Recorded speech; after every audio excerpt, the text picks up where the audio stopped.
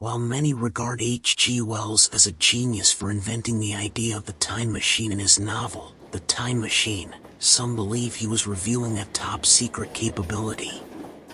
Since his novel was first published in 1895, thousands of books, articles, and videos have followed, documenting curious accounts of time travel and dimensions beyond the wildest of imaginations. One of these works, Father Francois Braun's 2002 book, Le Nouveau Mystère du Vatican, brings a forgotten time travel device called the Chronovisor back into the public eye, or at least into the minds of conspiracy theorists. Braun, who learned of the device in the early 1960s, swears the Chronovisor exists. A day after he met scientist priest Father Pellegrino Ernetti for the first time, the two were sailing along the Grand Canal of Venice discussing biblical interpretations, when Ernetti explained that theories and interpretations were unnecessary when one could see the truth for himself. He explained to Braun how the Chronovisor functioned, allowing the viewer to both see and hear events of the past and future. His full account is included in Braun's book.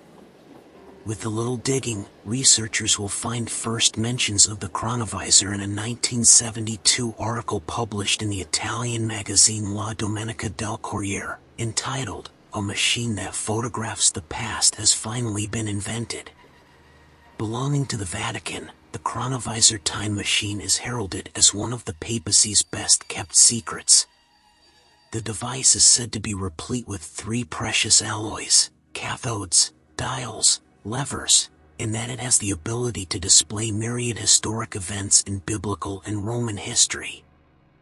Acting as a sort of television, the Chronovisor has even supposedly verified the existence of Jesus Christ and broadcast his crucifixion. The Chronovisor time machine is claimed to have been invented in the 1950s by a dedicated and secret team of Italian scientists, including physicists Enrico Fermi and Pellegrino Ernetti. Critics may take credibility issues with the fact that Ernetti eventually became a priest.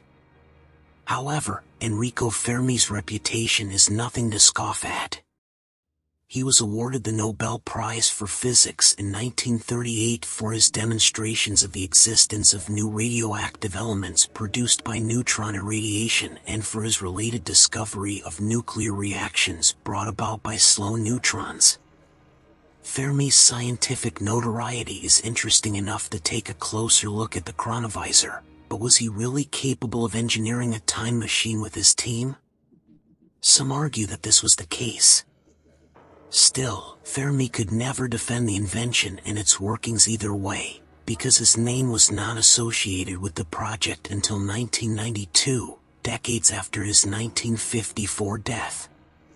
Except for one other name, the rest of the Chronovisor's team of inventors has remained anonymous, the famous, or infamous, Wernher von Braun, a one-time Nazi SS member and eventual esteemed NASA rocket scientist. The Chronovisor may have represented another link between the Nazis and the Vatican, who maintained close ties during the war. It therefore wouldn't be shocking if the Chronovisor technology had been shared between the two entities.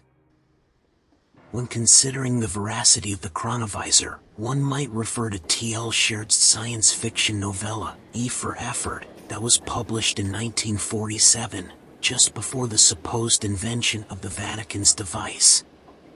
In his novella, Sheridan writes about a time-viewing device with characteristics that bear a striking resemblance to the Chronovisor. Physicist and cosmologist Stephen Hawking has discussed the possibilities of time travel, explaining in one instance, if we want to travel into the future, we just need to go fast. Really fast. And I think the only way we're ever likely to do that is by going into space. Unfortunately, Ernetti never provided a detailed explanation as to how his time travel device was fashioned or how it worked, except to mysteriously claim that it ran by processing residual electromagnetic radiation left over by numerous processes.